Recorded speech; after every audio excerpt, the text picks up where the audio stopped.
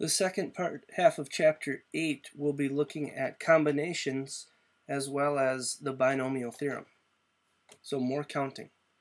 So combinations is not finding how many orders, but how many groups can be made that you might see for combinations. And what they all mean, and what the calculator does for us, is n factorial divided by n minus r factorial, and then times r factorial again. It's similar to the permutations formula, except rearrangements of the same item don't count as different. We're only looking at groups. So this value is going to be smaller than the number of orders.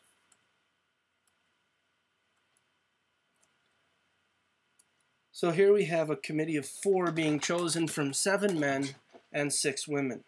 We want to know how many committees can be chosen if at least one of each sex is needed. So we have to consider some things that might happen here. There might be 1 man. So from a group of 7, I want to choose 1. And from a group of 6, I want to pick groups of 3. But that's not the only way this could happen. I need to add on 2 men, 2 women. So from the group of 7, I want to know how many groups of 2 can be made, and multiply from the group of 6, group of 2 also. And finally, 3 men, 7 choose 3, times 6 choose 1, 1 woman.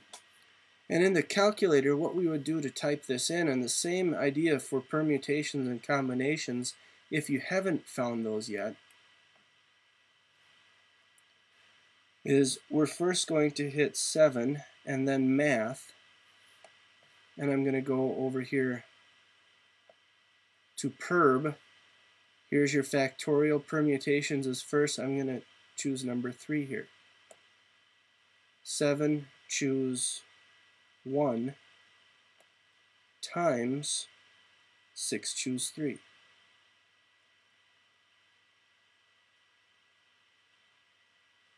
And then I can push enter, hit plus, enter the next quantity in, and so on.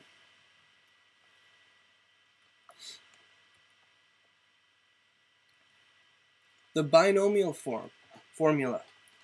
This hopefully is not brand new for you. The coefficients in here, these are combinations. N refers to the power of the binomial that we're taking. And the way it works is the pattern that we see is that in the first term, this first item in the parentheses gets all of, technically speaking, we have times b to the 0. And moving to the next term, that a gets smaller by 1, the b gets bigger by 1, and in each successive term, that's how it works until all of the exponents shift onto the b.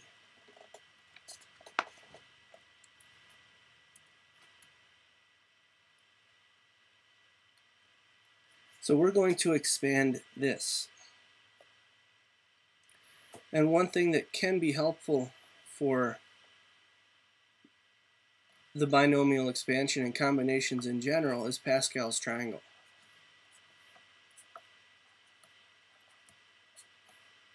And if I'm doing the next row, I start with the 1 and then I add the 2 elements above. So the next would be 6, 4, 1. This triangle allows you to do a lot of combinations calculations without actually needing a calculator. Because this 5 is 5 choose 1. This 1 is 5 choose 0. 5 choose 2 is 10, and so on all the way out to 5 choose 5. So this triangle can help me in my expansion here.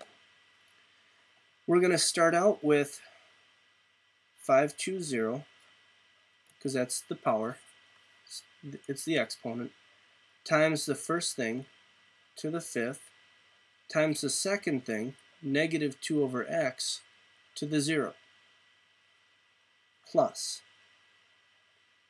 5 choose 1 times x to the fourth, that exponent gets smaller, times negative 2 over x to the first, that exponent is getting bigger.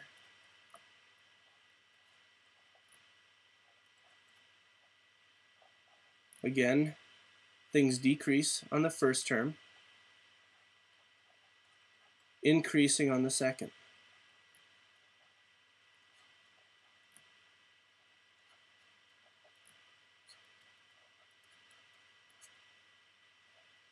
One thing to note is that the exponents in all of these terms will always be adding up to the original exponent in the problem 5. And a lot of times with this first step, you might need more than one line of paper. That's okay.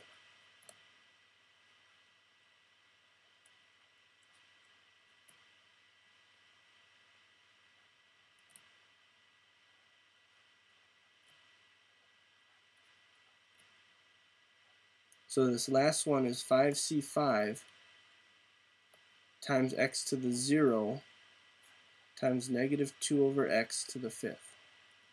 And now we come through and we clean it up. I'm going to use the fifth row of Pascal's triangle.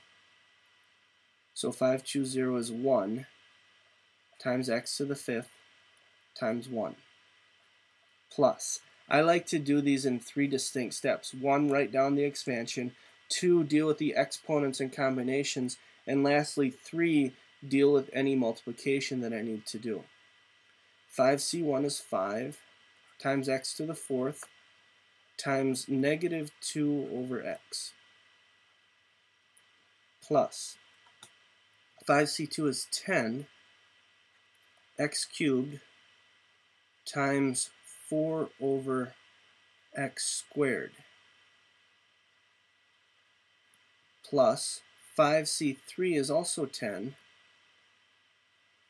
times x squared times negative 8 over x cubed plus 5c4 is 5 x to the first times 16 over x to the fourth plus 1 times 1 times negative 32 over x to the fifth. And now I'm going to finish cleaning this up. The first term is x to the fifth, actually minus 10, and it's going to be x cubed because it's x to the fourth over x. The next term is positive 40, just plain x. The next term will be minus 80. I'm going to write it as x to the negative first, or we could write it as 80 over x plus 80x to the negative third minus 32x to the negative fifth. There is the simplified expansion of this polynomial.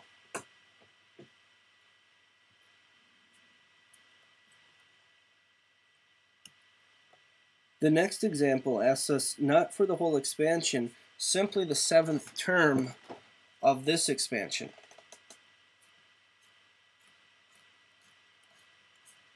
I like to write this stuff down. I like to give myself some blanks to fill in. This first blank would have 14c0, and that's going to increase as we go. So the second term would be c1, 2, 3, 4, 5, 6. The first term would also have 3x to the 14th. And that exponent will get smaller as we go. So 14, 13, 12, 11, 10, 9, 8.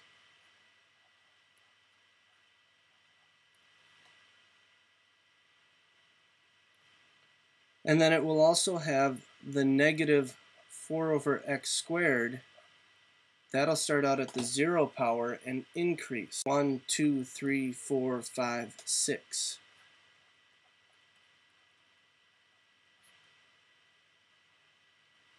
Here is the unsimplified form of the seventh term of that expansion. We could expand it, but we don't need to.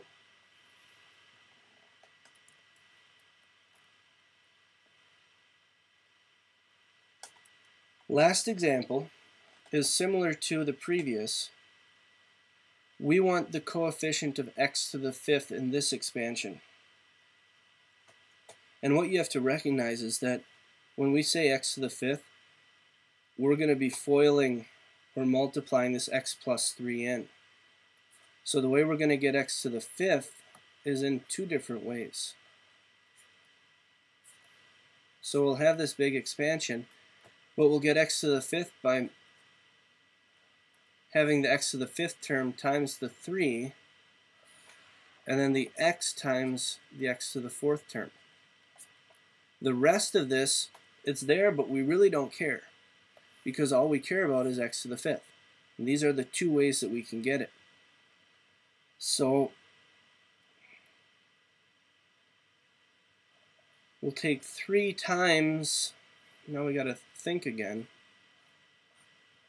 The first term will have x to the sixth, the second one will have x to the fifth. So the 3 is coming from right there. Now I need to look at the expansion term. 6 choose 0, 1 times 2x, and this one's going to be to the fifth, times negative 1 to the first, that's how many exponents are left over, plus my x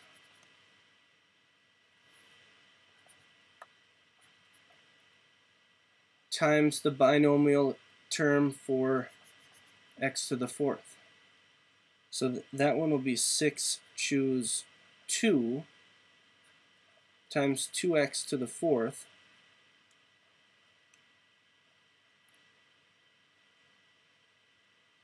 times negative 1 to the first. So the nice thing is this last term is going to be positive.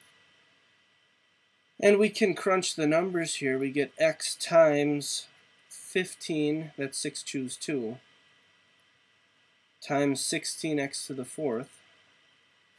The first term we're going to get 3 times 6 times 32x to the fifth times negative 1.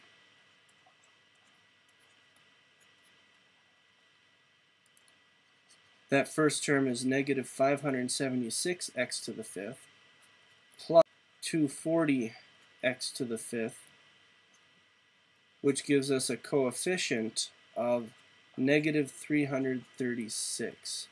And all it asks us for in this one is the coefficient.